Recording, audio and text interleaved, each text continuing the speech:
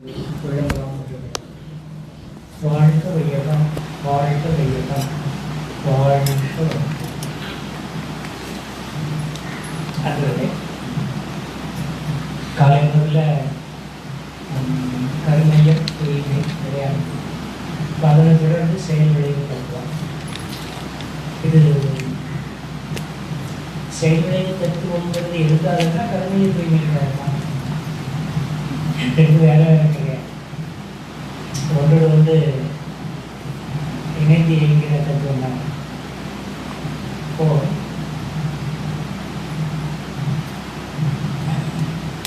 செயல் செய்வது மனிதன், விளைவாக வருவது தெய்வம். அதாவது என்ன வேண்டுமானாலும் செய்வதற்கு உனக்கு ரைட்ஸ் இருக்கு, நீ செய்யலாம். ஆனால் விளைவு எப்படி வரணும்னு தீர்மானிக்க முடியாது.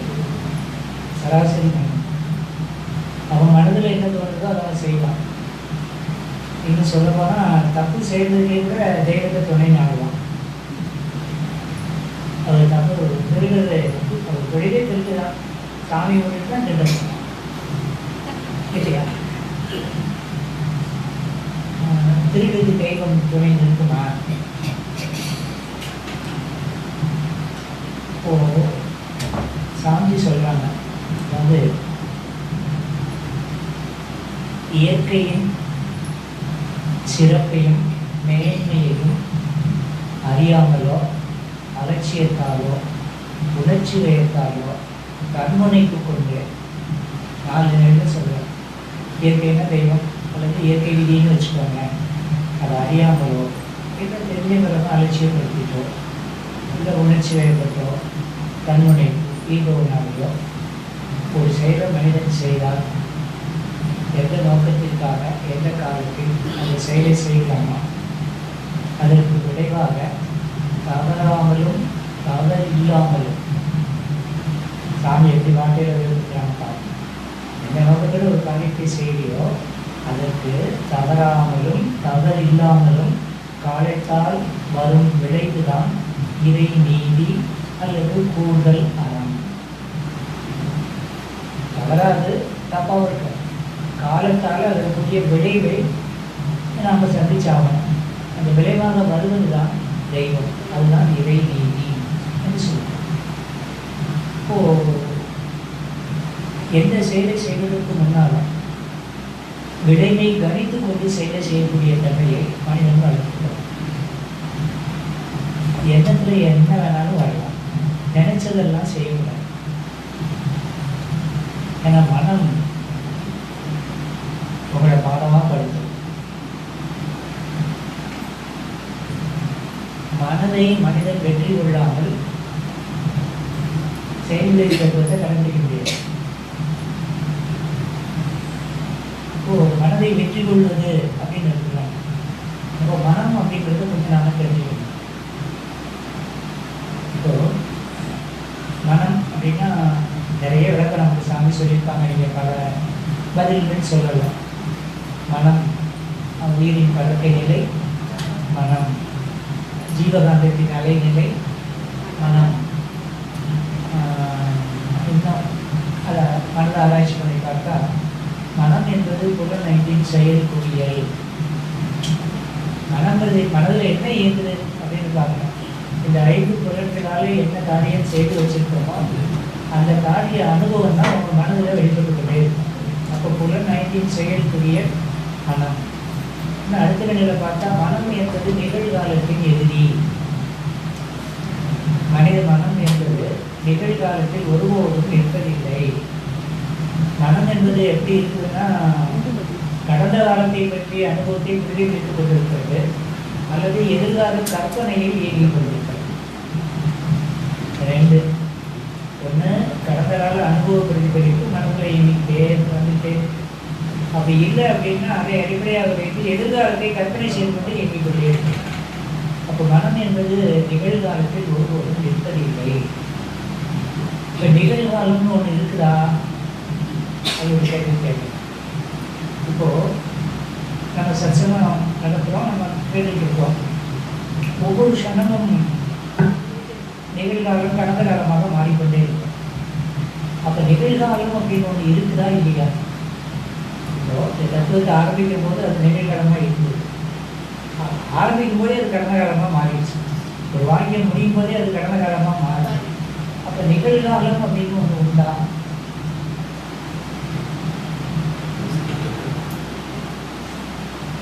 நிகழ்காலம் ஒன்று உண்டு. அது எப்போன்னா நீங்கள் தியானத்தில் உங்கள் மனம் நிறைகிற போது அதுதான் நிகழ்காலம். உங்களில் நீங்கள் இருந்தால், உங்களில் நீங்கள் அடக்கம் பெற்றிருந்தால் அது நிகழ்காலம். உங்களிடம் நீங்கள் இல்லையானால் நீங்கள் நிகழ்காலத்தில் இல்லை. சிம்பிள். அதனால தான் கடந்த காலத்தில் இருக்கு, இல்லைன்னா எதிர்காலத்தில் இருக்கு. இப்போ இது மனதுக்கு பழக்கமாக இருக்குது. நிறைய பேர் கேட்பாங்க, கேள்வி பதிலில் கேட்பாங்க, அவங்களுக்கு தியானம் பண்ணணும்னு ஆசை இருக்கும், ஆனாலும் முடியாது. அப்படியே தியானம் பண்ண உட்காந்துட்டாலும் ஐயா தியானம் பண்ண உட்காருங்க ஐயா அக்னேன்னு சொல்கிறாங்க. கொஞ்ச நேரம் அப்படியே அக்னே மாதிரி இருக்கு, எண்ணங்கள் அப்படி வந்து போதியாது, அது தியானத்தையே கெடுக்குது. அந்த தியானத்தில் எண்ணம் வராமல் இருக்கணும்னா நான் என்ன செய்யணும் அப்படி கேட்பாங்க. அப்போது நான் சொல்கிறது என்ன அப்படின்னா, அதெல்லாம் ஒன்றும் பண்ண முடியாதுன்னா, நீங்கள் தியானம் பண்ணுன்னா என்ன வராது. தியானத்தை நீங்கள் எப்போ உங்கள் மனம் கைவிடுதோ அந்த மனதில் என்ன, தியானத்தில் ஒருபோதும் எண்ணங்கள் தோன்றுவதில்லை. தியானம் என்பதுதான் மனதுக்கு ஒரு வேலையை கொடுத்தாச்சே. இப்போ தியானம்னா என்ன? ஒரு கேள்வி. செயல்விளைவு ஆழமாக புரிஞ்சு விழிப்பு நிலை வேணும்னா தியானம் வேணும். அப்போ நிகழ்காலத்தில் நிற்கக்கூடிய தன்மை மனதுக்கு வேணும். அப்போ தியானம் செய்யணும்னு சொல்கிறோம். தியானத்தில் மட்டுமே நிகழ்காலத்தில் நீங்கள் இருக்கிறீர்கள், உங்களிடம் நீங்கள் இருந்தால் அது நிகழ்காலம். அது சொல்லியாச்சு. இப்போ தியானம் பண்ணணும். தியானம் என்றால் என்னன்னு ஒரு கேள்வி கேட்குறேன்னு வச்சுக்கோங்க. என்ன பதில் சொல்லுவோம்? சொல்லுங்க, உங்களுக்கு தெரிஞ்சதை சொல்லுங்க. மனது அமைதி நிலையில் இருக்கிறது. சரி, அங்கே பாருங்க, தியானம் எண்ணமற்ற நிலை.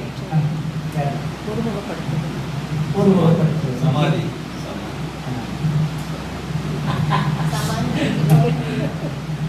எண்ணமற்ற நிலையும் சமாதியும் வேறு வேறு. எங்கே எண்ணம் இல்லையோ அங்கே இறைவன் இருப்பாங்க. அதுதான் சமாதி. இப்போ தியானம் அப்படின்னா நீங்கள் சொன்னதெல்லாம் செய்யலாம். இப்போது மனம் அமைதியாக இருந்தால் அதை மனதை ஒருமுகப்படுத்துவது சொன்னாங்க. மனதை உயிரில் இணைப்பது தியானம். தியானம் அப்படின்னு கேட்டால் மனமும் உயிரும் ஒன்றுபட்டால் அது தியானம் இல்லை. அங்கே வேறு எந்த அனுபவமும் இல்லை. மனம் எதாகவே மாறி நிற்குதுன்னா உயிராகவே மாறி, அது நிகழ்தான். அப்போது தியானத்தின் உச்சம் என்ன அப்படின்னு பார்த்தீங்கன்னா, தன்னை பிரம்மமாக பாதித்தல் தியானம். தியானத்தின் முடிவு. இப்போ உங்களுக்கு பிரியாணிதான் அதெல்லாம் ஆர்டனே புரிய கொடுக்குறாங்க. பிரியாணிதான் கொடுத்தாச்சு. ஒன்பது மையத்தவும் பிரியாணிதான் தான் முழுமையான பிரியாணி. அதுக்கு மேலே தவம் இல்லை. அப்போ 9 மையத்திலேயோ பிரியாணியிலேயோ நீங்கள் யாராக மாறுகிறீர்கள்?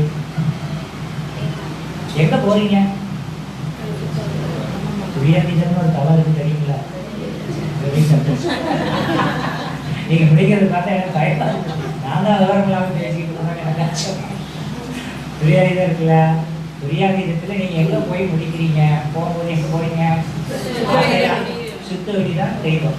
அப்போ தியானம் என்றால் என்னன்னா, தன்னை பிரம்மமாக பாதித்தலே தியானத்தின் முடிவு.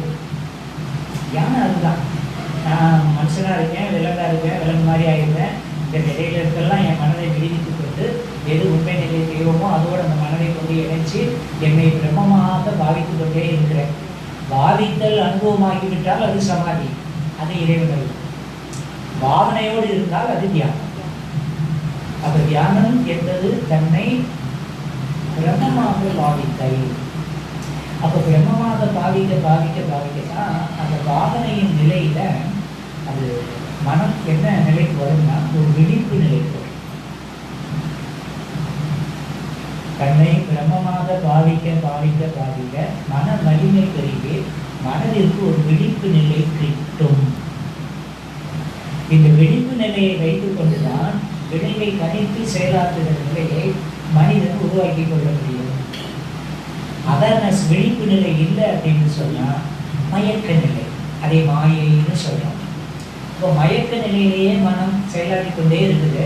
அதுக்கு நான் உட்கொண்டு என்னை, என் உடலை, என் அறிவை அந்த மனதுக்கே நான் பழக்கப்படுத்தி வச்சுட்டேன்னு வச்சுக்கோங்க.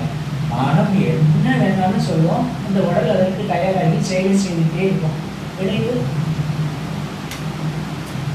நான் அதை தடுக்க முடியாது. அப்போ என்னால் என்ன செய்ய முடியும்னா, விளைவை கணித்து கொண்டு செயலாற்றுகிற தன்மையை நான் பெருக்கிக் கொண்டால் விளைவில் அமைதியும் நிறைவும் மகிழ்ச்சியும் இருக்கணும் எனக்கு கிடைக்கும். அப்போ விளைவை கணித்து கொண்டு யார் செயலாற்றுறா? இப்போ சாமி ஒரு கவிதை சொல்லுவாங்க. எப்படி சொல்லுவாங்கன்னு பார்த்தா,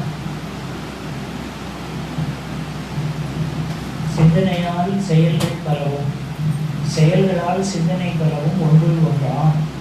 செயல் என்ன பதிவுகளே மனிதனின் தன்மை, இதனை தவிர்த்து வேறு நீ யார். இந்த 4 வரி ரொம்ப முக்கியம். இப்போ நாம வாழ்க்கை நடத்துகிறோம், மனதில் தோன்றுவதெல்லாம் பெரும்பாலும் செய்யலாம், சிலவற்றை செய்யலை விட்டுருங்க. இப்போ சிந்தனையால் செயல்கள் பலவும், செயல்களால் சிந்தனை பலவும் ஒன்றுள் ஒன்றாம். சிந்தனை பண்ணிட்டு இதை செய்யலாமா செய்யக்கூடாதா, செஞ்சா விளைவு இப்படி வருது, துன்பமாக இருக்கு, அதனால வேண்டாம், செய்ய வேண்டாம், அப்படி சிந்திச்சு செயலாற்றுகிறவர்களும் இருக்காங்க. செயலை செய்துட்டு விளைவு அனுபவிச்சுட்டு ஐயோ இப்படி பண்ணிட்டேனே அப்படின்னு நினைக்கிறவங்க இருக்காங்க. செயல் என்ன பதிவுகளே மனிதனின் தன்மை, இதனை தவிர்த்து வேறு நீ யார். மனுஷன்னு நீ சொல்றியே, நீ யாருக்கா? தத்துவமா தெய்வமே நீயாக இருக்கிறதுங்கிறது தத்துவம். ஆனால் இயல்புல நீ எப்படி இருக்குன்னு பாரு. உன்னுடைய செயல் என்ன பதிவுகளே மனிதனின் தன்மை, இதனை தவிர்த்து வேறு நீ யார். அடுத்தது சொல்றாரு, செயல் என்ன பதிவுகள் பழக்க வழி ஓடும் மற்றும் சிற்றுயிராய் துன்புற்று வந்தும் சீவன். செயல் எண்ணம் பழக்க வழி ஓடும் மற்றும் சிற்றறிவாய் துன்புற்று வருந்தும் சீவன். இந்த மனதுக்கு ஒரு பழக்கம் இருக்கு. அது இதுவரைக்கும் எப்படி பழகிருக்கோ அதே பழக்கத்தினுடைய இந்த மனம் ஓடுது. அப்போ அந்த மனதின் வழியே நானும் போறேன்னு வச்சுக்கோங்க. விளைவு என்னவா இருக்கும்? சிற்றுயிராய் சிற்றறிவாய் துன்புற்று வருந்தும் ஜீவன். செயல் எண்ணம் இரண்டிலும் விழிப்பு கொண்டால், செயல் எண்ணம் இரண்டிலும் விழிப்பு கொண்டால் சிவத்தன்மை சீவனில் ஒளி வீசத் தொடங்கும். அப்போ சிவத்தன்மை எப்போ ஒளி வீசணும்னா அவன் ஜீவனில் தான் ஒளி வீசும். எப்போ அது ஒளி வீசும்? செயல் எண்ணம் இரண்டிலும் விழிப்பு கொண்டால். அதான் கான்ஸ்டன்ட் தொடர்ந்த விழிப்பு. இப்போ தொடர்ந்த விழிப்பில் நாம் இருக்கோமா, மாயையில் இருக்கோமா? கொஞ்சம் விழிப்பில் இருக்கோம் 10%, 90% மயக்கத்தில். மயக்கம்தான் பழக்கமாக இருக்கு. மனிதனுடைய நிலை எப்படி இருக்குன்னா, ஒன்று மயங்கி போவது அல்லது மயக்கு. இதை தவிர சராசரி மனுஷனுக்கு வேற வேலையே இல்லை. ஒன்று மயங்குவது அல்லது மயக்குவது. தப்பா நினைக்கிறது. ஒரு நல்ல புது ஆடை நானே வாங்கி போட்டுக்கிறேன். நல்ல புது மாதிரி ஜிலு ஜிலு ஜிலுன்னு இருக்கு, வேற பூர்ண ஆடை நான் வாங்கி அணிஞ்சுக்கிறேன்.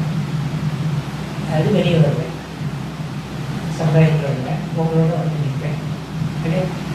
இப்போ இந்த விலை உயர்ந்த அந்த மென்னிக்கொண்டு இருக்கிற அந்த ஆடை என்பதில் ஒன்று நான் மயங்கி அதை வாங்கி போட்டுக்கலாம், இல்லை இதை பார்த்து நீங்கள் மயங்கணும்.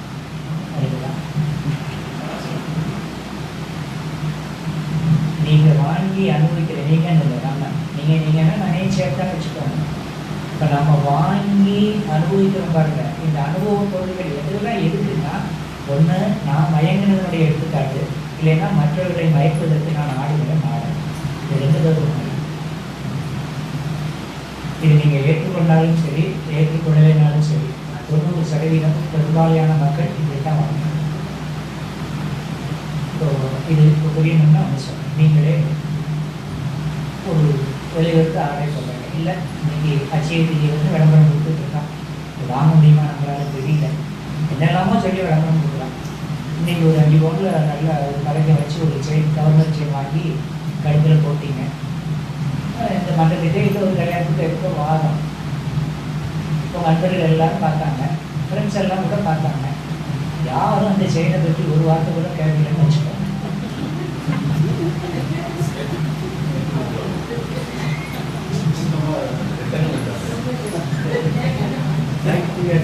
ஃப்ரெண்ட்ஸும் கேட்கல, மற்ற நண்பர்களும் கேட்கல, ஒரு ஆள் எல்லாம் பார்க்குது.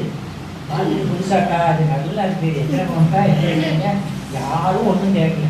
அதை பார்த்துட்டு பார்க்காத மாதிரியே மற்ற விஷயங்கள்லாம் பேசிட்டு போயிட்டாங்கன்னு வைங்க. அந்த சனத்திலேயே உங்களுக்கு அதுவும் பொறாம பிடிச்ச முடியலையே ஒரு வார்த்தை அவ ஒண்ணுமே சொல்லியிருக்க மாட்டான். அவ வாட்டில் போயிருப்பா. அவளை நாம என்ன உட்காந்துட்டாங்க. இதுதான் சாமி மயக்குவது அல்லது மயக்குவது. இந்த ரெண்டு. அப்போ நாம் ஆற்றுகிற வினைகள் எல்லாமே நீங்கள் பார்த்தீங்கன்னா மற்றவர்கள் நம்மளை மதிக்கணும், மற்றவர்கள் நம்மளை பெருமையாக நினச்சிக்கணும். ஒன்றை இல்லாததெல்லாம் என்கிட்ட இருக்கு, இதை நான் காட்டணும். இதில் தான் இந்த மனிதனுடைய வாழ்க்கை இருக்கே தரும். எதையும் நினச்சி பார்க்கணும். ஒரு மேக்கப் பண்ணிக்கிறதோ இல்லை பொருள் எனக்கு அதிகமாக இருக்கிறதுக்கான வர காரியோ எது வேணாலும் நீங்கள் எடுத்து பார்த்தீங்கன்னா மற்றவர்களிடம் என்னை பெரிதாக காட்டிக்கொள்ளும். அதுதான் இந்த மனித வாழ்க்கையினுடைய லட்சியமாகவே இருக்கு. இது லௌகீகத்துக்கு சரிதான், ஆனால் ஆன்மீகத்துக்கு அது உகந்ததல்ல. அந்த எண்ணம் இருக்கிற வரைக்கு அது செயல் விளைவெல்லாம் பற்றி யோசிக்க கூட செய்யாது. இன்னைக்கு எனக்கு நடக்குது, அதனால நான் நடக்கிட்டாங்க. அது ஈகனுடைய விளைப்பாடு. இப்போது சாமி என்ன சொல்ல வர்றாங்க, செயல் எண்ணம் இருந்திலும் விழிப்பு கொண்டால் சிவத்தன்மை சீவனை ஒளி வீசப்படணும்னா இந்த பிறப்பின் நோக்கம் என்னன்னு சொல்றாரு சாமி. சாமிஜி நம்மகிட்ட வந்து இந்த பிறப்பின் நோக்கம்ங்கிறது எதை சொல்றாங்க, இறைநிலை உணர்தல், அறிவியல் முழுமை பெறுதல் இல்லையா. அப்போ அறிவியல் முழுமை பெறுதல் தான் இந்த பிறப்பினுடைய நோக்கமே. அப்போ அது இந்த நோக்கத்திற்கு தக்கவாறு வாழும் முறையை மாற்றி அமைத்து விடணுங்களா, அதான நோக்கம். சரி, இப்போ நான் உங்களுக்கே கேட்கிறேன். நம்ம ஐயா கூட சொன்னாங்க நிறைய பேர் வருவாங்க, இன்னைக்கு குறையாம இருக்காங்க. சரி பரவாயில்ல, இந்த ஆளுக்கே கேட்குறேன். இப்போ எத்தனை பேர் இங்கே இருக்கிற நாம இறைநிலையை நோக்கிய பயணம் தான் இந்த வாழ்க்கை அப்படின்னு இறையை நோக்கி பயணப்படுறோமா? எத்தனை பேர் பயணப்படுறோம்? சாமிஜி என்ன சொல்றாரு, இந்த பிறப்பே அறிவியல் முழுமை இறை உணர்தல், அதுக்கு தான். அதுக்காகத்தான் வேதாத்திரி மகரிஷி உயிர் விளக்கு நமக்கு கொடுத்துருக்காரு, இந்த விளக்கத்தையும் கொடுத்துருக்காரு. இப்போ சச்சனை எதுக்கு நடத்துறீங்க? நான் இங்கே வந்து எதுக்கு பேசுகிறேன்? நீங்கள் என்ன ஏன் கூப்பிடுறீங்க? ஒவ்வொரு மாதமும் ஒவ்வொரு ஆசிரியரை கூப்பிட்டு பேச சொல்லி உட்காந்து கேட்குறீங்களா? அவர் பேசுறதுக்கும் நீங்கள் எதுக்காக? நான் ஒரு வீடு பெரிய வீடு அனுப்பி ஏசி இருக்கு, மன்றத்தை நடத்தலாம் அப்படிங்கிறதுக்காகவா? அறிவியல் முழுமை பெறுவதற்காகவா? இதுவரைக்கும் எப்படி இருக்குதோ அது இருந்துட்டு போதும். இன்னைக்கு அதை மாற்றிருக்கேன். நீங்கள் பொறுப்பாசிரியராக இருந்தாலும் சரி, நீங்கள் தலைவராக இருந்தாலும் சரி, நான் பேராசிரியராக இருந்தாலும் சரி, நாம் எல்லாரும் எதை நோக்கி போகிறோம்னா அறிவின் முழுமையை நோக்கி போகிறோம். அதுக்காகத்தான் இந்த இணைப்பே. ஆனால் அந்த நினைவையே மறந்து இந்த மனம் என்ன ஆயிடுது, பொறுப்பாசிரியர்கள் லாக் ஆகிடுது. இந்த அம்மா தலைவர்கள் லாக் ஆகிடுவாங்க, இப்போ நான் பேராசிரியர்கள் லாக் ஆகிடுவேன். நாளைக்கு என்ன பேசுறது, அம்மா கருணையை தீமை சொல்லிட்டாங்களா, கருணை சரி இதுதான். அப்போ யார் எந்த பொறுப்பில் மனவளக்கலையில் இருந்தாலும் நம்முடைய அறிவின் பயணம் என்பது முழுமையை நோக்கி இருக்கிறத மறந்துடவே கூடாது. அது மறந்துச்சு அப்படின்னா செயல்விளைவு வரும். அது நினைவில் இல்லைன்னா செயல்விளைவு எப்படி இருக்கும்? அப்போ நம்முடைய நோக்கம் என்பது அறிவின் முழுமையை நோக்கியது. அதைத்தான் எண்ணம் செயல் இரண்டிலும் விழிப்பு கொண்டால் அந்த எண்ண தூய்மை மட்டும் வந்துருச்சு அப்படின்னா நீங்கள் ஞானம் அடைவதை இந்த பிரபஞ்சத்தில் உள்ள எந்த சக்தியாலும் தடுக்க முடியாது. நீங்கள் அறிவின் முழுமை பெறுவதை யாராலும் தடுக்க முடியாது. ஒவ்வொரு செயலுக்கும் ஒரு விளைவு உண்டு இல்லை, விளைவில்லாத செயலே இல்லையே. அப்ப என்ன தூய்மை என்ற ஒரு செயலை நீங்கள் செய்துவிட்டால் ஞானம் நீங்கள் அடைவதை யாராலும் தடுக்க முடியாது. அதுதான் செயல் அடங்கி இருக்கிற விலை. அந்த தத்துவத்தை புரிந்து கொள்வதற்காகத்தான் இந்த செயலழிவு தத்துவத்தையே சாமி நமக்கு கொடுத்துருக்காங்க. இதை நம்ம புரிந்து கொள்ளும். அப்ப எண்ணம் சொல்றதிலும் விழிப்பு வேணும் அப்படின்னா அந்த விழிப்பு நிலையை மனதிற்கு கொடுக்கணும். இப்போ மனம் அப்படின்னு ஒண்ணு, நான்கிறது அறிவா இருக்கு, மனங்கிறது அலையா இருக்கு. அலைநிலையில் மனமாகவும் உணர்வில் அறிவாகவும் முடிவில் பிரம்மமாகவும் இருப்பது ஒன்றே. அலையில் மனமாகவும் உணர்வில் அறிவாகவும் முடிவில் பிரம்மமாகவும் இருப்பது ஒன்றே. பிரம்மம் வேறு, அறிவு வேறு, மனம் வேறு அல்ல. ஒன்றே மற்றொன்றாகவும் மற்றொன்றே வேறொன்றாகவும் இயங்கிக் கொண்டிருக்கிறது. இப்போ மனம் என்பது அலையாக இருக்கிறது. மனம் என்ற அலை நிலை பெற்றால் அந்த மனமே அறிவாக மாறிவிட்டது. அறிவும் தன் அனுபவங்களை கழித்து அறிவும் அசைவற்ற நிலைக்கு வருகிற போது அந்த அறிவே மெய்ப்பொருளாக மாறுகிறது.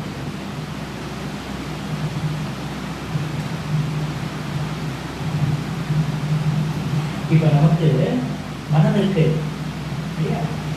மனம் புரியுங்க. இப்போ உங்க மனம் உங்ககிட்ட இருக்கா, வெளியே இருக்கா? உங்களுக்கு மனம் இருக்கு, அதில் சந்தேகமே இல்லை. உங்க மனம் உங்ககிட்ட இருக்கா, வெளியே இருக்கா? இப்போ உங்ககிட்ட உங்க மனம் இருக்கிற நேரம் எவ்வளவு ஒரு நாளைக்கு?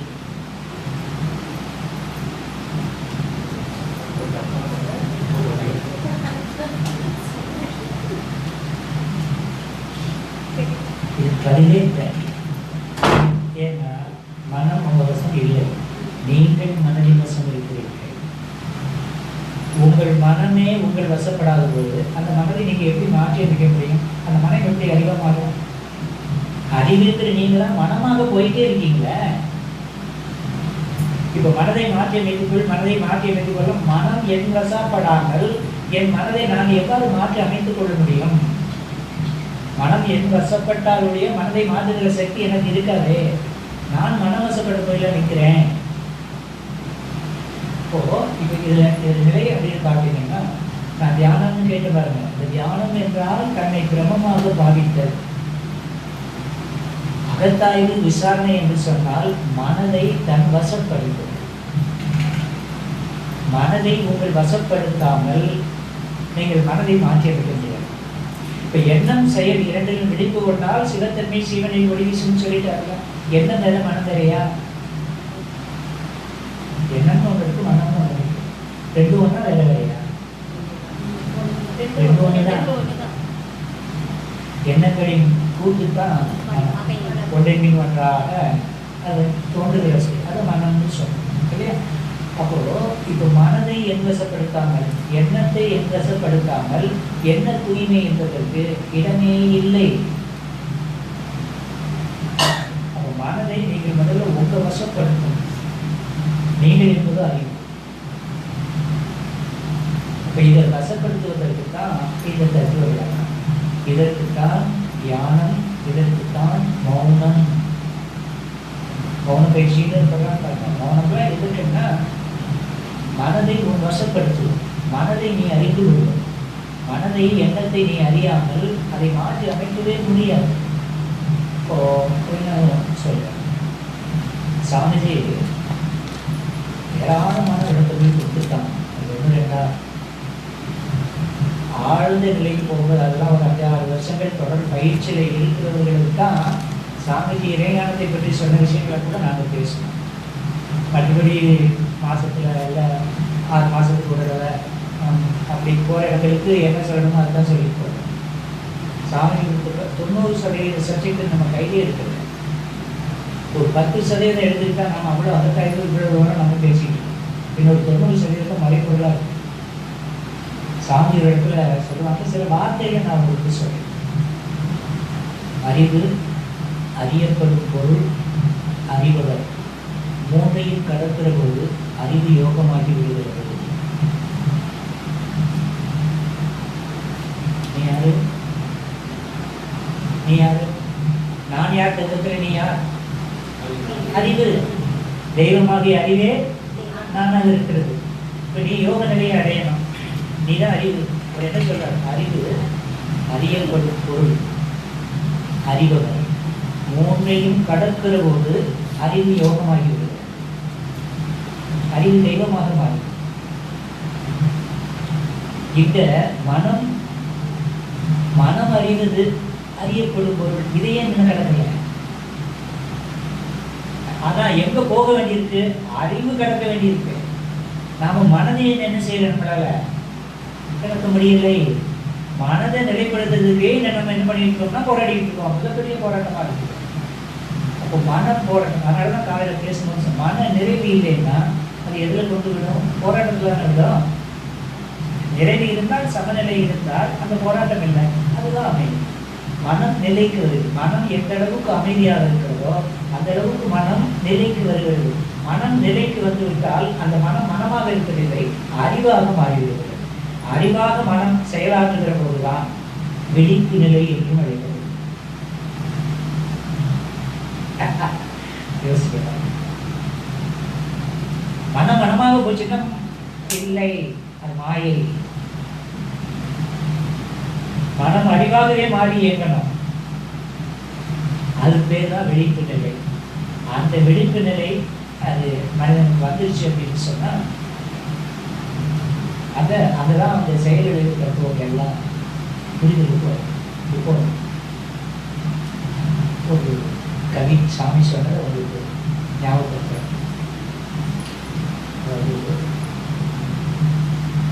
காந்தச்சுடல் உயிர் வித்து மூன்று கலந்து செய்யும் கருணைய உண்மை தேர்வோம். காந்தச்சுடல் உயிர் வித்து மூன்றும் கலந்து செய்யும் கருணைய உண்மை தேர்வோம். காந்தத்தில் இறைநிலை உயிர் அறிவு இவற்றை கருத்தால் உணர்ந்திட அகத்தவமே பழியாம்.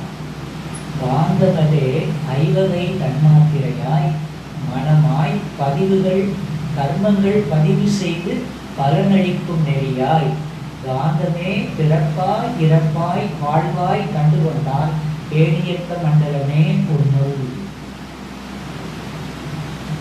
இது கர்மைய தூய்மைக்கும் அவசியம், செயல்விளைவுக்கும் அவசியம்.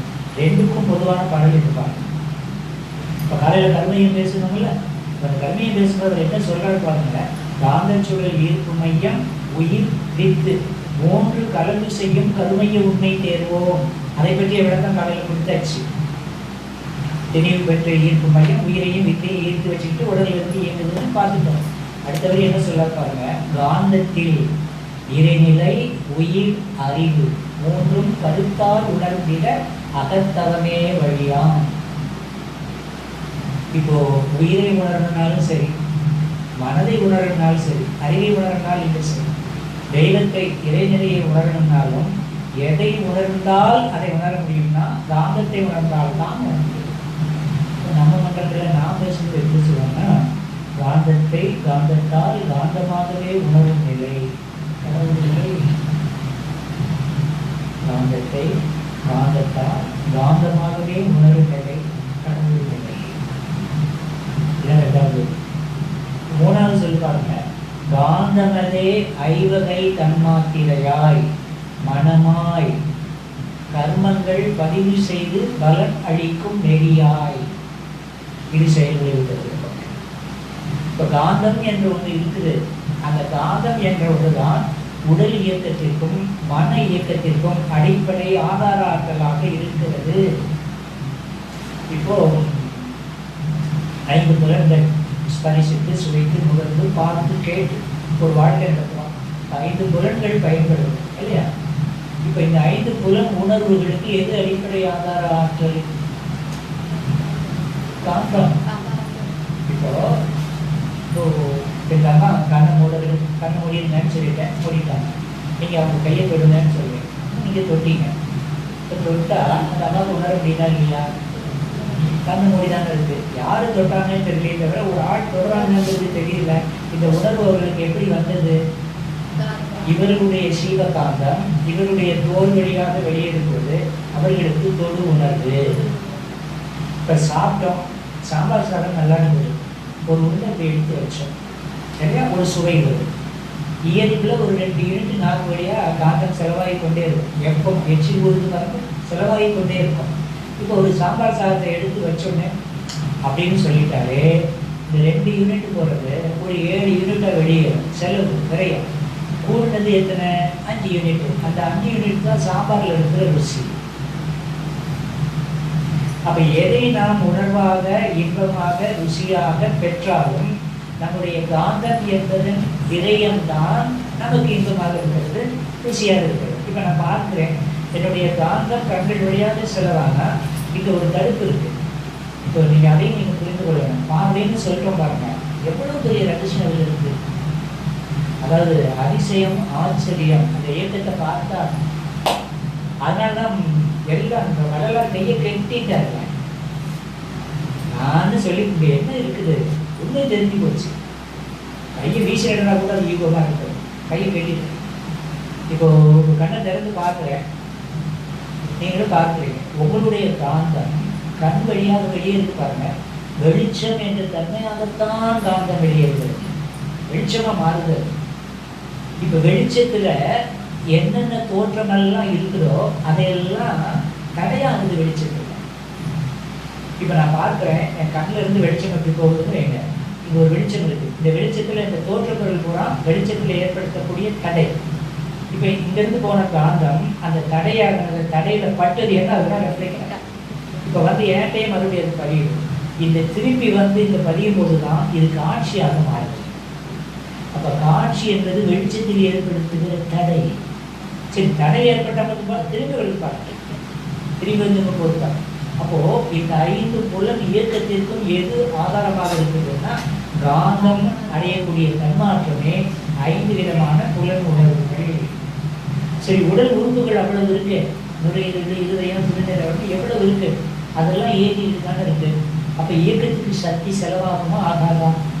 ஃபேன் இருக்கு, லைட் இருக்கு, கரண்ட் இல்லைன்னா ஃபேன் இயங்குமா, லைட் எரியுமா? தெரியாதுல்ல. அப்ப அதற்கு மின்சாரம் செலவாகுது இல்லை? அதே போல இங்க இருக்கிற காந்தம் மின்சாரமாக மாறுகிற போதுதான் லைட் அண்ட் சவுண்ட் கண்ணு பார்க்கறதுக்கு அது கேட்குது. கெமிக்கல் சேஞ்சஸ் ஆகும் போதுதான் நாக்கு ருசியை உணர்ந்து, மூக்கு வாசனையை உணர்வு. பிரசங்கிற ஒரு நிலையில தன்மாட்டம் அடையும் போது தான் ஸ்பரிசத்தை உணர்வு. இதே காந்த மூளை செல்கள் வழியாக போகும்போது தான் அந்த 5 புலன் உணர்வுகளை இன்பமாகவோ துன்பமாகவோ அனுபவம் பெறுகிறது. அப்போ புலன் உணர்வுக்கும் அனுபவமாக இருக்கிற இன்ப துன்ப உணர்வுக்கும் உடல் உறுப்புகளின் இயக்கத்திற்கும் அனைத்திற்கும் இயக்க ஆதார ஆற்றல் எது? காந்தம். அதைத்தான் காந்தமதே 5 தன்மாத்திரையாய் மனமாய். அடுத்தவரை சொல்றாரு பாருங்க, கர்மங்கள் பதிவு செய்து பலன் அளிக்கும் நெறியாய். அப்ப நீ என்ன எண்ணினாலும் சரி, என்ன பேசினாலும் சரி, என்ன செய்தாலும் சரி, அதுக்கு அடிப்படை ஆற்றலாக இருக்கக்கூடியது காந்தம். இப்ப காந்தத்துக்கு தெரியாம ஒரு எண்ணம் என்னால எண்ண முடியுமா? ஒரு பேச்சு என்னால பேச முடியுமா? ஒரு வினை என்னால ஆற்ற முடியுமா? அனைத்திற்கும் ஆதாரமாக இருப்பதே காந்தம். அப்ப அந்த காந்தனுடைய தன்மை எல்லாவற்றையும் பதிவு செய்து காலத்தால் பிரித்து பலனாக கொடுக்கிறது. நம்ம வாழ்க்கை துணைக்கு தெரியாம நான் ஒரு காரியம் செஞ்சிடலாம், என் பிள்ளைக்கு தெரியாம நான் ஒரு காரியம் செய்யலாம், உங்களுக்கு தெரியாம கூட நான் ஒரு காரியம் செய்யலாம். காந்தத்துக்கும் கடவுளுக்கும் தெரியாம நான் எந்த காரியத்தை செய்ய போறேன்? செய்ய முடியும். ஏன்னா ஆற்றும் வினைக்கே ஆதார ஆற்றல் காந்தம் தான். அப்ப கர்மங்கள் பதிவு செய்து பலம் அளிக்கும் நெறியாய். என்ன பேசினாலும் என்ன செஞ்சாலும் என்ன பண்ணாலும் அது உனக்குள்ள ரெக்கார்ட் ஆகிடும். காலத்தால் அதுக்கு விளைவு. அந்த நோக்கத்தில் எந்த காரியத்தையும் செய்யணும், அதுக்கு விளைவு. விளைவை நீ ஒன்று இன்பமா பார்க்கலாம், அனுபவிக்கலாம், இல்லை துன்பமா அனுபவிக்கலாம். அப்ப விளைவுல துன்பம் இல்லாம இருக்கணும் அப்படின்னா, அனுபவத்துல துன்பம் இல்லாம இருக்கணும் அப்படின்னா, எண்ணுவதையும் வினை ஆற்றுவதையும் ஒழுங்குபடுத்து. அதை ஒழுங்குபடுத்தலைன்னா விளைவு தப்பவே முடியாது. யார் இருந்தாலும் என்னென்ன வருது அது ஐயா கேட்ட மாதிரி கேட்டார்ல, பரிகாரம் பண்ணிடலாம் போக முடியாது. 10 நாளைக்கு வேணா கொஞ்சம் பயமா இருக்கும், காலத்துக்கு அது பயம் தராது. இப்ப இந்த வினைகளை ஆற்றுறதில்ல, இந்த வினைகள்ல நல்லதும் இருக்கு கெட்டதும் இருக்கு. இப்ப நல்ல வினைகளை பற்றி பிரச்சனை இல்லை, விளைவு நல்லதா போயிடும். அதே இது தீய வினையா, திட்டம் போட்டு ஒருத்தனை கெடுக்கணும், அவனை இப்படி பேசணும்னெல்லாம் பேசுறோம் பாருங்க, அதெல்லாம் பதிஞ்சுது அப்படின்னா அதனால் வரக்கூடிய விளைவுகளை கணக்கெடுக்க முடியாது. நான் என்ன சொல்றேன், நீங்க அதை அறிவீர்களோ அறிய மாட்டீர்களோ எனக்கு தெரியாது. தெரிந்ததோ தெரியாமலோ வேதாத்திரி மகிழ்ச்சி உங்ககிட்ட வந்து சேர்ந்துருக்காரு. தெரிஞ்சோ தெரியாமலோ சர்வீஸ் பண்ணுறோன்னு வித் ஈகோ பண்ணிட்டு இருக்கோம். அப்பா நான் ஒரு சர்வீஸ் பண்ணிட்டு உள்ளுக்கு ஒரு சின்ன ஈகோ அதோடு சேர்த்தா பண்ணிட்டு இருக்கோம். அதன் காரணமாக நாம் விளைவுகளிலிருந்து விலகி இருக்கிறோம். ஞாபகம் வச்சுக்கணும். என்னுடைய இதை நான் அப்படி நினைச்சு பார்த்தேன்னா, இந்த ஒரு 25 ஆண்டுகளுக்கு பிறகு ஆற்றுகிற வினையினால் முன்வினையின் விளைவுகள் தடுக்கப்பட்டிருக்குதான்னா தடுக்கப்பட்டிருக்கிறது. எனக்கு தெரிஞ்சு செஞ்ச பாவம் இருக்கு. பெருசாக ஒன்றும் யாரையும் கொலை பண்ணலை, வேற தப்பு தண்டா ஒன்றும் போகலை. 4 வார்த்தை திட்டிருப்போம், அதுவும் நெருங்கிய உறவுகளை தான் திட்டிருப்போம். அதை தவிர வேற பாவமா நம்ம செஞ்சு என்ன இது பண்ண போகிறோம்? சின்ன பிள்ளைகள் பெற்ற பிள்ளைகளுக்கு அடி அடிச்சுப்போம் இல்லையா? பொட்டாட்டியெல்லாம் அடிச்சது பிள்ளைகள் 2 அடி அடிச்சு அது நம்ம செஞ்ச பாவம் நமக்கு தெரியுது. ஆனால் அனுபவத்தில் 40 வயசு வரைக்கும் இந்த விளைவுகள் இருப்பாங்க, அதை கணக்கு எடுக்க முடியும். அதை நான் சொல்கிறேன். நல்ல வேலையில் இருந்தேன், உறவுகளை நம்பி அந்த வேலையை விட்டு அந்த பணம் பூரா அவங்க கையில் கொடுத்தேன். ஒரு தொழில் செய்து நம்ம மேலே வரலாம்னு சொன்னாங்க, கொடுத்தேன். ஊருக்கு கூட ஊர் மாறி இருந்தேன், தொழில் சொன்னேன். ஒரே வருஷத்துலேயே எல்லாரும் செஞ்சு ஏமாதிட்டு ஒரு வருஷம் ஒன்றும் இல்லை, 190 ரூபா என் கையில் இருக்கு. 2 பிள்ளைகள் பையன் காலேஜில் படிச்சுருக்கோம். என்ன பண்ண முடியும்? இதுக்கு மேலே ஒரு உயிர் இழப்புகள்லாம் வரும். குழந்தைகள் இறந்து போச்சு, ஒரு பக்கம் பொருளாதாரம் கஷ்டம், நம்பிய உறவுகள் கழுத்தடி போச்சு, பெற்ற பிள்ளைகள் 2 பிள்ளைகள் செத்து போச்சு.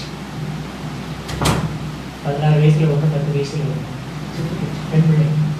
அப்போ இவ்வளவு காரியங்கள் நடக்குது, என்ன நம்ம பாவம் செய்யறோம்னு எனக்கு புரியல. பட்டப்பாடு நினைத்து என்ன பாவம் செய்யவான்னு கத்துறேன். இது நடந்தது சொல்றேன், கணக்கு போட முடியல.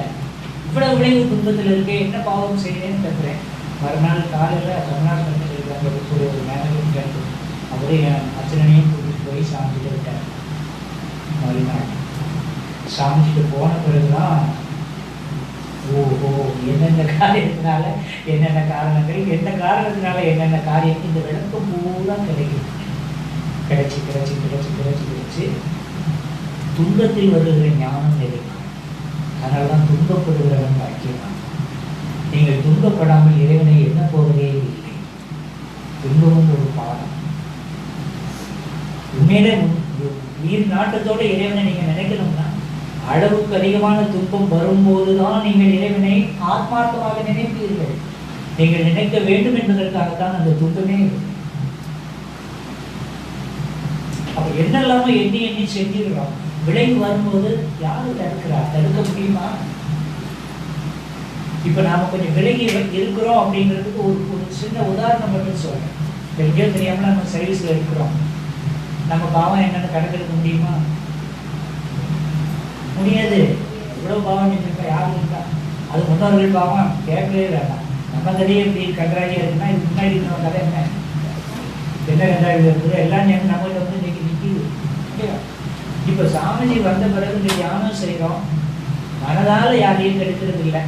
யாராவது ஒரு நமக்கு துன்பம் கொடுத்தா கூட தெரிஞ்சோ அவங்க மூலமா நீங்க நமக்கு பாவம் போகுதோ, வாழ்க வளமுடன் அப்படின்னு பிடித்தோ பிடிக்காமலோ வாழ்க வளமுடன் சொல்லிட்டு சண்டை போடாம இப்படி வந்துட்டு இருக்க பாருங்க.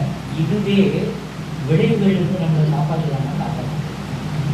ஏன்னா உன் நோக்கத்தை தெரிஞ்சோ தெரியாமலோ நீ இந்த பொது நலனுக்காக உன்னுடைய அறிவையும் ஆற்றலையும் உடலையும் என்ன செய்யணும்னா பயன்படுத்த தொடங்கிட்ட.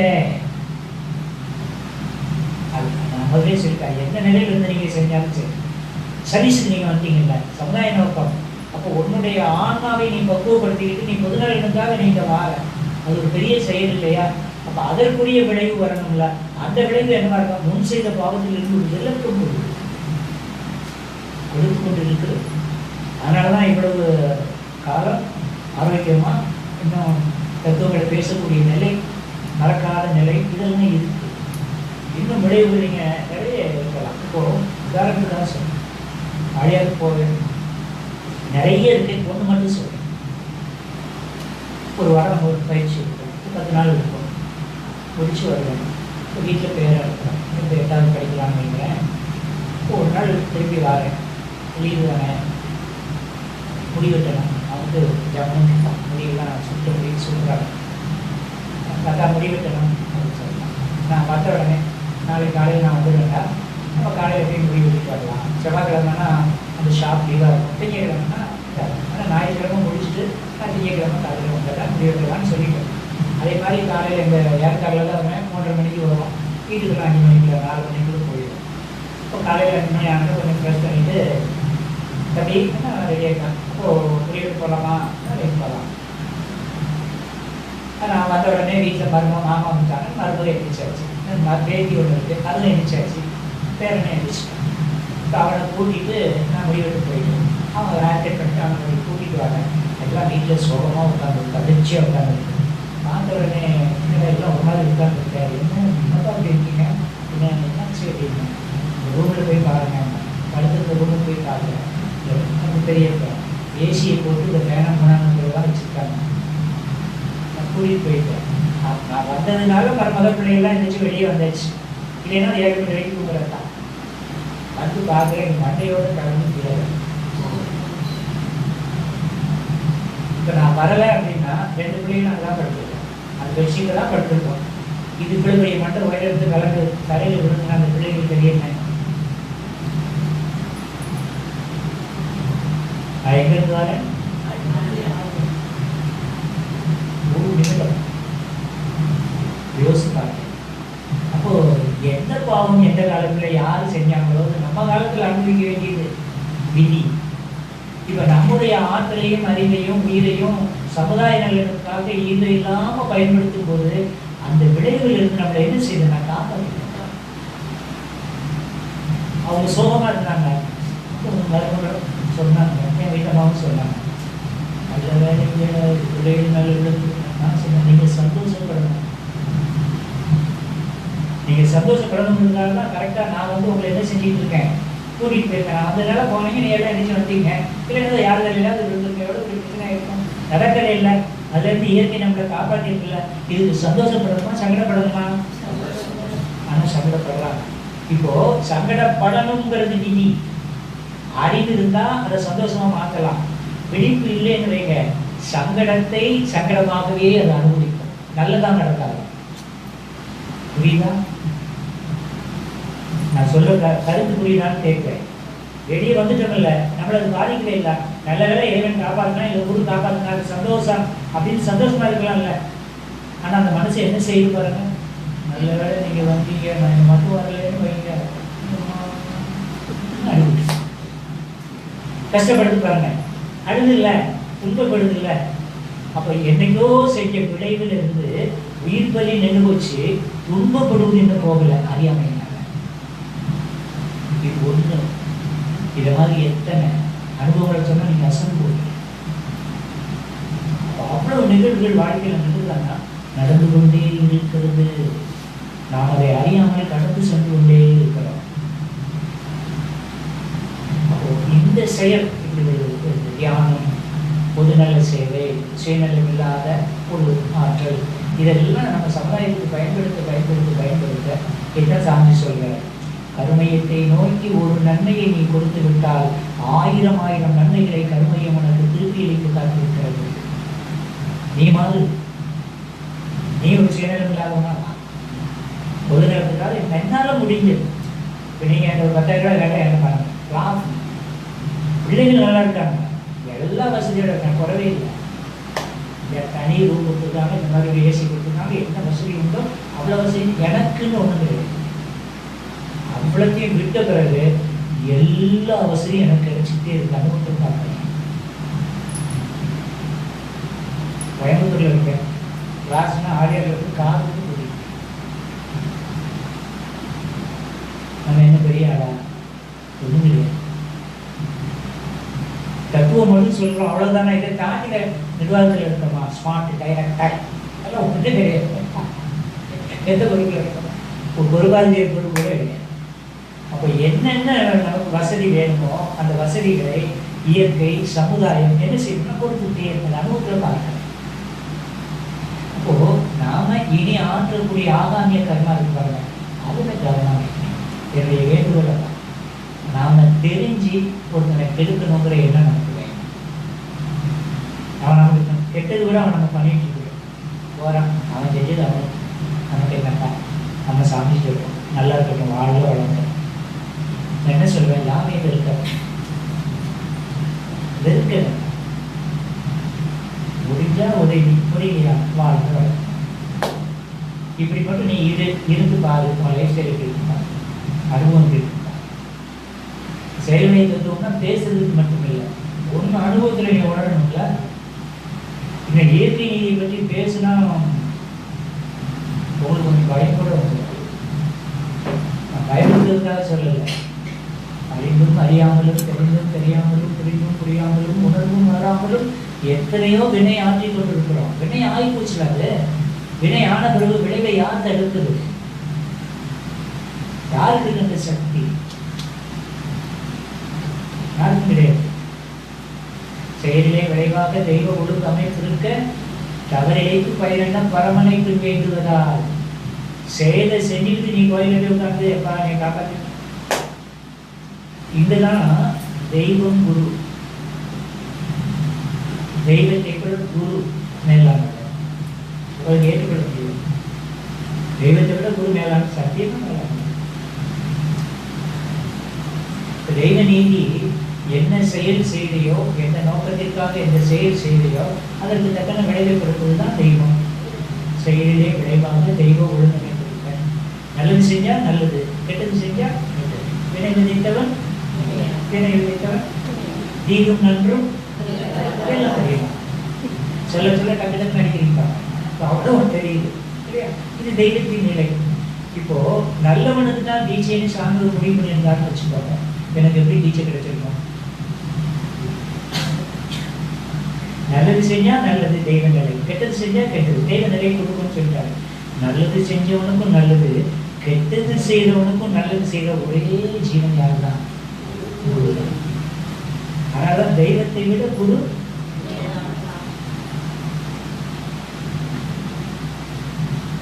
அப்போ இந்த அளவுல நாம் அந்த குரு சேர்க்கையையும் செயல் விளைவு தத்துவத்தையும் கருமையத்தின் தன்மைகளையும் நாம் புரிந்து கொண்டு எண்ணத்தில் எண்ணமாய் இருக்கப்பட,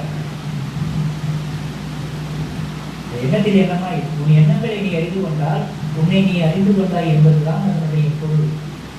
உன் எண்ணத்தை அறிஞ்சுக்கோ. உன் எண்ணத்தை நீ அறியாமல் விளைவை மாற்ற முடியாது. அப்போ செயல் எண்ணம் எழுதிலும் விளைவு இதுதான் சாட்சி. இப்போ அடுத்த நிலைவா இப்போ அறிந்து அறியாமல் சொல்லிட்டோம். இப்போ சாமி சொன்ன உதாரணத்தையே உங்களுக்கு சொல்றேன். இப்போ ஒரு கணவன் மனைவி வாக்குவாதம் வருது, ரொம்ப பேசுறாங்க. இவர் மனைவியை அடிக்கிறாங்க, ஓடி அடிக்கிறாரு. 4 அடி அடிச்சுட்டாருன்னா வெளியே தாங்க முடியும். என்னதான் இருந்தாலும் வாயில ஒரு பூசணமா அவன் கையில பாம்பு கொட்ட அப்படின்னு சொல்லிட்டா அப்படின்னா இது சொன்னவர்கிட்டையும் பதியும், கணவர்கிட்டையும் பதியும், ஒரு பாம்பு கிட்டையும் பதியுது. கையில பாம்பு வருதுன்னு சொல்லிட்டான்னா ஒரு பாம்புல பதியுதுங்க. இந்த படி வந்துருச்சு. இப்போ ஒரு செயல் செய்யற ஒருத்தர் கீழே விட்டுட்டாரு, ஓடி போய் அதே ஆள் உதவி செஞ்சாரு. அவரு நீங்க நல்லா இருக்கணும், தெய்வம் மாதிரி வந்து காப்பாற்றுறீங்க, நல்லா இருக்கணும், இதுவும் பதிவாகும். ஆனா ரெண்டுமே செயலுக்கு ஒரு மனம் செயலுக்கு ஒரு சார். ஒரு பக்கம் கிராமத்து பக்கம் போனாருன்னா காலத்தால அவன் சொன்ன அந்த சாபம் இருப்பாங்க, அதுபடி ஒரு பாம்பு வரும், உன்னை என்ன செய்யும் கடிக்கும், நீ கீழே சாப்பிடுவ. ஆனால் நீ நல்லா இருக்கணும், நீ செய்த நல்ல செயலுக்காக சொல்லியிருப்பாங்கல்ல, அந்த நேரம் ஒரு பாம்புபடி மருத்துவருக்கு பக்கமாக வருவார். அவர் அந்த தேசத்தை நீக்கி உடனே காப்பாற்றுவாருக்கு சொல்கிறார். அப்போ இப்போ நமக்கு நல்லதும் கெட்டதும் நல்லது கெட்டதும் மாறி மாறி வருதுன்னா நாம் நல்லதும் கெட்டதும் மாறி மாறி செஞ்சு செய்யணும். நல்லது செய்வதற்கு நல்லது வருது, கெட்டது செய்வதற்கு நல்லது வருது. தவத்தில் இருக்கிறதுனால விலகு. இப்போ இந்த அளவில் நாம் என்ன செய்யணும், செயல்படுத்துறது புரிந்து கொள்ளணும். இப்போது நமக்கு முன்னாடி எத்தனை பேர் என்ன பாவம் பண்ணாங்கன்னு ஆரம்பத்திலே சொல்லிடுவோம்.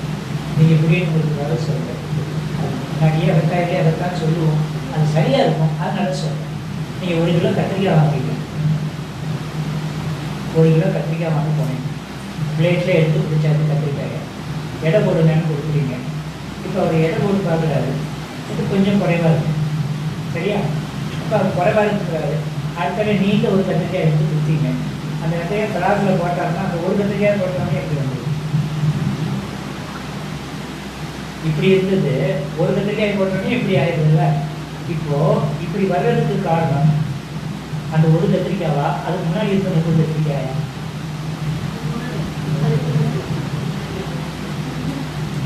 ஒரு 30 கத்திரிக்காய் எடுத்து விட்டீங்க, 2 கிலோ எடையை போடுவாங்க. அது இப்படிதான் இருந்தது. கத்திரிக்காய் மேலே இருந்தது, எடை ஒரு கத்திரிக்காவை எடுத்து போட்டீங்க, கட்டு மாறிடுச்சு. நீங்க நினைக்கலாம் சின்ன பாவம் தானே, ஆனா இதுக்கு முன்னாடி 970 இருக்கும், நீங்க போட்டது 40 கிராம் இருக்கும், 1 கிலோ 10 கிராமா மாறி விளைவு தெரிஞ்ச முடியுமா? அதனாலதான் எந்த பாவமும் செய்யாத செய்யாத பாவம் செய்யாத பாவம் செய்யாத அப்படின்னு சொல்லிட்டே இருக்கா. செய்யலாமா செய்யலாம், அது வயசோட உரிமை இருக்கா, உரிமை இருக்கு. நீ செய்யக்கூடாது அப்படின்னு செஞ்சா விளைவு வரும்போது ஏற்றுக்கோ. விளைவு வரும்போது மட்டும் ஐயா அப்பா அப்பா ஆட்டான்னு கட்டாத. அப்போ துன்பம் இல்லாம இருக்கணும்னா நீ செய்யல அடிச்சுப்பாங்க அப்படின்னு சொல்லலாம். என்ன சொல்ற? எல்லாம் பெரிய ஆராய்ச்சி நன்மணி ஐயா எல்லாம் பண்ணும்போதெல்லாம் செயலுக்கு விளைவா விளைவுக்கு விளைவா அப்படி ஒரு கேள்வி. செயல் விளைவுன்னு சொல்றோம்ல, ஆராய்ச்சி பண்ணுற போது அந்த தத்துவத்தை ஆராய்ச்சி பண்ணிட்டு அது வேற மாதிரி போகுது. செயலுக்கு விளைவா விளைவுக்கு விளைவான்னு போகுது. இப்போ ஒருத்தர் இருக்கிறாரு,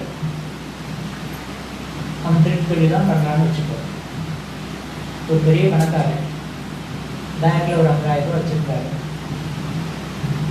காரணி பாட்டிட்டு பேசிட்டு இருக்காரு. இது பார்த்தாரு, அந்த பேங்கை திருடிட்டாரு.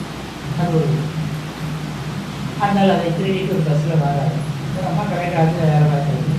அன்றைக்கி அவங்க ஒரு பேக் வச்சுருக்காங்க. அன்றைக்கி கிடைச்ச வருமானம் அவ்வளோதான், ஒரு 1000 ரூபாய் எடுத்துன்னு அதை அடிச்சிட்டாரு. ரெண்டாவது திருடிட்டாரு. மறுபடியும் ஒரு வீட்டு பக்கம் வராது. ஒரு பெரியவர் ஒரு மஞ்சள் கை வச்சுருக்காரு. அதில் கொஞ்சம் கனமாக பொருள் தெரியுது, ஏதோ பணம் வச்சுருக்காரு போல. அந்த மஞ்சள் கையை அடிச்சிட்டாரு. மஞ்சள் கையிலையும் ஒரு மருந்து பாட்டில் ஒரு 30 ரூபாய் செடியில் அடிச்சிட்டாரு. இப்போ 3 இடத்துலையும் அது செய்யுது. ஒரு செயல் திருட்டு செயல், சரிதான்? இப்போ ஒரு கணக்காக 50,000 ரூபாய் அடிச்சார். பெரிய கோடீஸ்வரம் கார் மேலே ஒரு பேக்கில் 50,000 ரூபாய் வச்சுருக்காங்கன்னா அவன் எவ்வளோ பணத்தோடு இருக்கான்? அப்போ அந்த 50,000 போச்சுன்னா என்னன்னு தெரியல, என்ன வச்சேன் என்ன அடிச்சான் போல இருக்கேன். அந்த துன்பம் அவனை அதிகமாக பார்க்காது. சரி இன்னும் குழந்தை இருப்பா. அதே மாதிரி இப்போ கடைக்காட்டிலேருந்து வருது, ஒரு 1000 ரூபாய் கேட்டால் ஒரு நாளைக்கு இருக்கும் அந்த வருத்தம். இப்படி கவனங்களாக வந்துட்டானே எவனா அடிச்சிட்டாங்க, ஏன்னா வெளியே இருந்து வந்து பணம் தான். சரி அந்த வருத்தமும் இந்த 50,000 ரூபாய் போனதை விட 1000 ரூபாய் போனதில் வருத்தம் கொஞ்சம் கூடுதலாக இருக்கலாம். ஆனால் இந்த தெருக்குள்ளே போகும்போது ஒரு மஞ்சள் பேர் வச்சா பாருங்க, ஒரு மருந்து பாட்டிலும் ஒரு 30 ரூபாய் சில்லறை இன்னொன்று சொல்லிட்டாங்கல்ல. அதனால் காலையிலேருந்து சாயங்காலம் வரைக்கும் ரோட்டில் காரை ஊற்றி 120 ரூபா சம்பளம் வாங்கி மனைவிக்கு ஒரு 80 ரூபாய்க்கு மருந்து வாங்கிட்டு மீதி சில்லறை 30 ரூபாய் சில்லறை வச்சுட்டு போகலாம். இப்போ அவன்கிட்ட நீ அந்த பணத்தை அடிச்சுட்டு அப்படின்னு சொன்னால் இந்த 2 பேர் பிறந்த துன்பத்தை விட அந்த 30 ரூபாய்க்கு பழிவு தான் பாருங்க, அவன் துன்பம் எப்படி இருக்கும். காலையிலேருந்து 10 மணி நேரம் காரை ஊற்றிட்டு வந்தால் அவருக்கு மருந்து வேற வாங்கி வச்சுருந்தேன், செந்தாவோட பாதி அடிச்சுட்டான். திருட்டுங்கிறது ஒரே தொழில் தான், ஒரே செயல் தான். 3 பேர்த்தையும் வந்துட்டு செஞ்சான். அந்த கடைசியில் மொத்தம் திருட்டுனால எந்த ஜீவன் எந்த அளவுக்கு பாதிக்கப்படுகிறது என்பதுதான் விளைவு. தப்புன்னு ஒண்ணு கிடையவே கிடையாது, தப்புன்னு ஒண்ணு கிடையாது, சரிங்கிறது இருக்கு. இப்போ அவன் பிடிச்சால. இப்ப இந்த துடிப்பை திருட்டு பண்ணவன் அனுபவிச்சுதான் ஆகணும். காலத்தால அவன் நோய்க்குனால என்ன பிள்ளையாட போய்க்கணும், அப்படிதானே?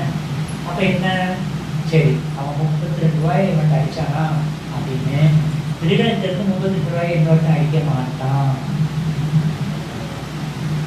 ஏன்னா திருடனுக்கு 32 ரூபாய் ஒருத்தன் அடிக்காம வைங்க, அவன் அதுக்காக வருத்தப்பட போறானா?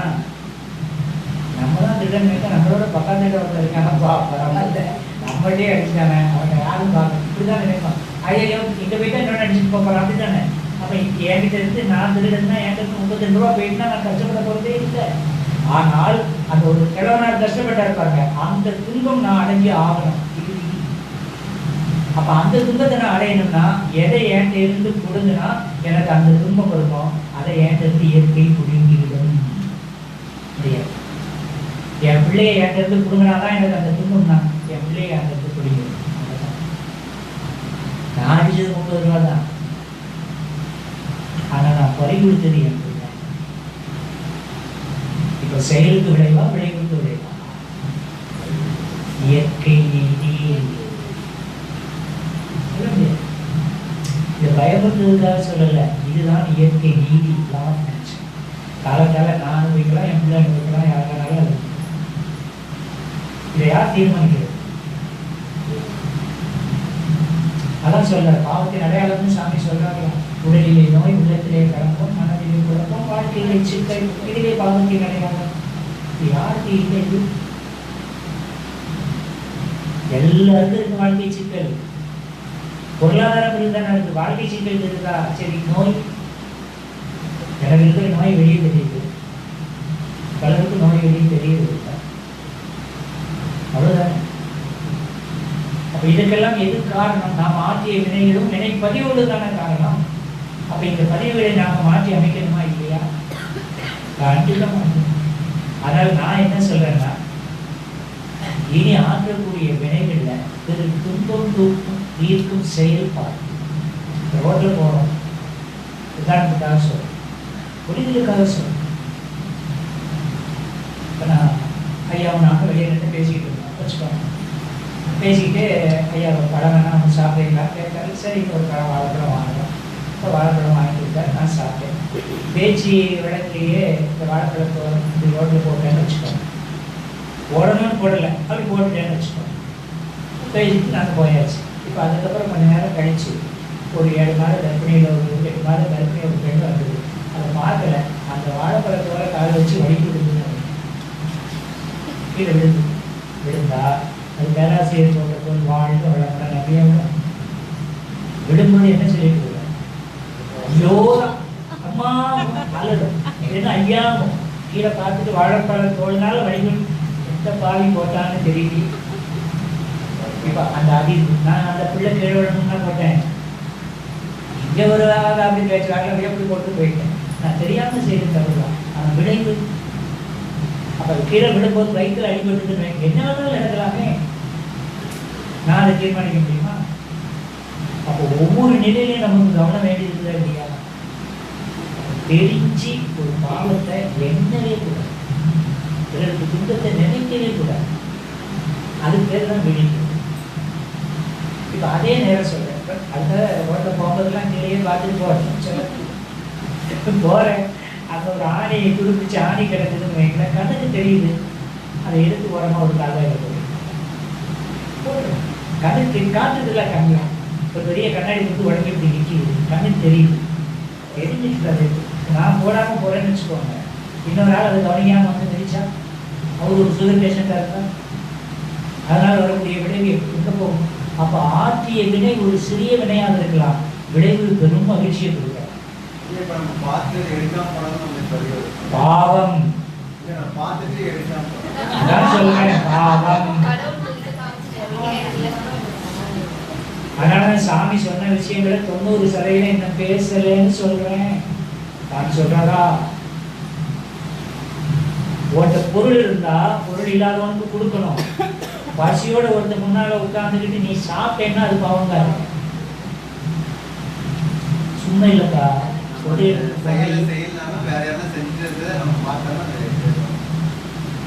நான் சிரிப்புக்காக சொல்லலைங்க, நம்மகிட்ட இருக்கு, நம்ம போட்டுக்கிறோம்.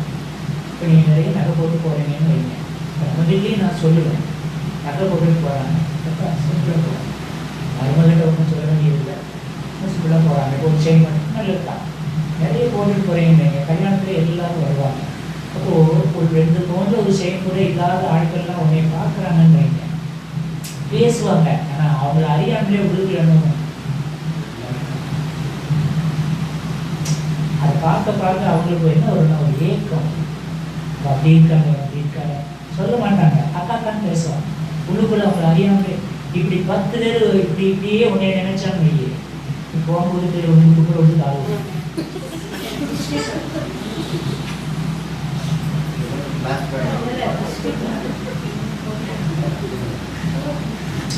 நான் வேலை பார்க்குறேன், நான் சம்பாத்தியம் பண்ணுறேன், நான் நகை வாங்கி போட்டுக்கிறேன், நான் போட்டுட்டு போகிறத எவ்வளோ கேட்கணும்? அப்படி பேச முடியாது அவங்களுக்கு. நீ சம்பாத்தியம் பண்ணது தான், அதில் ஒன்றும் மாற்றுக்கிறதே இல்லை. ஆனாலும் அதை ஒரு பக்கடா ஆடம்பரமாக நீ போட்டு போக போக பார்க்குறவங்க எப்படி இருப்பாங்க? நான் தான் அப்படி இருக்கேன், அக்கா நல்லா இருக்கட்டும், என்ன 10 பவுன் வாங்கட்டுமே எவ்வளோ நினைக்கா?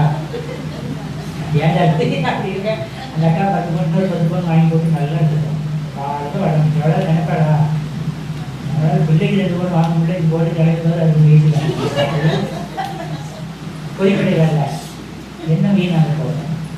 அப்போ ஓய்ச்சிப்பட்டா பரவாயில்ல, இப்படியே ஒவ்வொரு இடத்துலையும் போட்டு போட்டு காட்டிக்கிட்டு அவ்வளோ ஒரு பொய்க்கடையில் போகும்போது குப்புற விழுந்து கால் விழுந்து ஒரு 3 மாதம் கட்டி போட்டு நான் என்ன பார்க்க நீ போட்ட நல்லதாங்க. அது நமக்கு தெரியாது. செயல் விளைவுல இதெல்லாம் அடைஞ்சிருக்காதான் அடைஞ்சிருக்கு.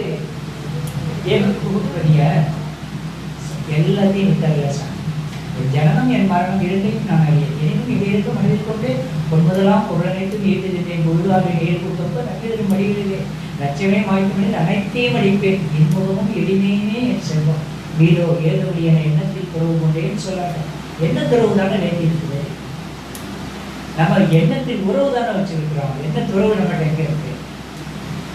ஒண்ணுமே இல்லைன்னாலும் இப்ப என்னன்னா ஒரிஜினல் பேர டூப்ளிகேட் என்ன கவரிங் கவரிங்காவது போட்டுட்டு போகணும் தானே நம்ம நினைக்கிறோம். என்ன துறவு இல்லை இருக்கு? எண்ணத்தில் உறவுல இருக்கு. அது என்ன துறவு சொல்லாங்க? முடிஞ்சதை நம்ம இப்போ எனக்கு ஒரு மோதிரம் போடணும்னா போட முடியாதா? இல்லை ஒரு 2 பவுன்ல ஒரு செயின் போடணும்னா போட முடியாதா? போட்டுக்கலாம்ல. இது எப்படின்னா தப்பா நினைக்கிறார். இவ்வளவு பெருசு 5 பவுன்ல இவ்வளவு பெருசு போட்டு அதுலேயே டாலர். அதை சொன்னால் நீங்கள் சிரிக்கக்கூடாது, தயவு செய்யும். இப்போ சொன்னால் ஐயா அப்படியெல்லாம் நீங்கள் இருந்தீங்களா நீங்கள் கேட்பீங்க. எம்ஜிஆர் படம் போட்ட டாலர் எம்ஜிஆர் விசேஷ மாதிரி கவர்ந்து அந்த டாலரை செஞ்சு இவ்வளோ தடவை போட்டுட்டு அலைஞ்சு ஆகணும்.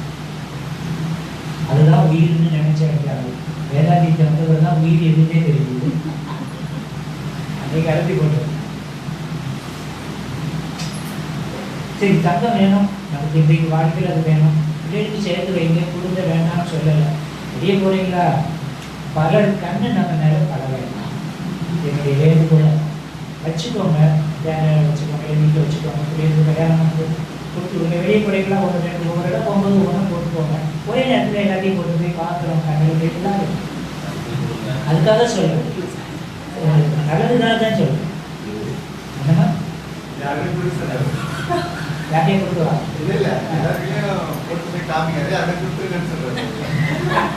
அது ரொம்ப நல்லது, ரொம்ப நல்லது. நம்ம சேவையே கொடுக்க மாட்டேங்க, நடைமுறைக்கு கொடுப்பேன். செயலுடைய அனுபவத்துல தத்துவம் ஒரு பக்கம் இருக்கு. அனுபவத்துல ஒவ்வொன்றையும் நீங்க சுற்றி சுற்றி பார்த்தீங்கன்னா ஏராளமான ஒவ்வொரு விளக்கம் செயல் இருக்கிறது. அதனால விளைவுக்கு விளைவாக வருவதுதான் செயல்வெளி தத்துவம் என்பதை தெரிந்து கொண்டு மனதறிஞ்சி யாரை நான் எடுக்க வேண்டும், என்னால உடலால பொருளால அறிவால மற்றவர்களுக்கு என்ன பண்ண முடியுமோ, ஒரு துன்பத்தை போக்க முடியுதா அதை செய்கிறேன். இல்லையா அறிவுரை நான் உண்டு, என் தொழில் உண்டு, என் குடும்பம் உண்டு, என்னால் என்ன ஆக முடியும் அதை செய்வேன். இப்படி இருக்க பழகினால் துன்பங்கள் குறையும். சரி, இவ்வளவு எல்லா வினையும் செய்துட்டு பாவத்தை போக்க முடியுமா? போக்க முடியுமா? சாமி சொல்றாங்க பாவம் வந்து இப்போ செயல் நான் செய்கிறேன், அதனால ஒரு விளைவு வருது. தப்பான செயல் செய்கிறேன், அதுக்கு வந்து எனக்கு விளைவு தான் தண்டனையாக வரணும்னு வச்சுக்கோங்க. தப்பான செயல் செய்தால இப்போ நீங்கள் சொன்ன மாதிரி இப்போ நான் வாழைப்பழத்தோடு போட்டு வழிக்கு தான் விடணும். ஆனால் எல்லாருமே அந்த இது தெரிஞ்சுட்டா எனக்கு எப்படி அந்த விளைவு எனக்கு கிடைக்கும்? வராமல் இருந்தால் நல்லது தானே. எனக்கு அந்த செயலுக்கான விளைவு வரணும் இல்லையா? இல்லைங்களா? துன்பப்பட்டு தான் விளைவாக வந்து தீர்க்கணுங்கிற அவசியம் இல்லை. எல்லாரும் தவம் பண்ணியும் விளைவில் இருந்து தப்பிக்கலாங்க. புரியுங்க நான் சொல்றேன்.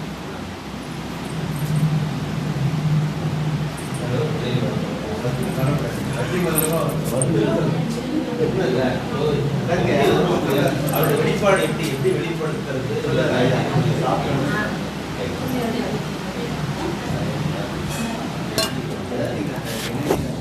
இந்த பிணையா இருக்கிறது கழிவு இல்ல.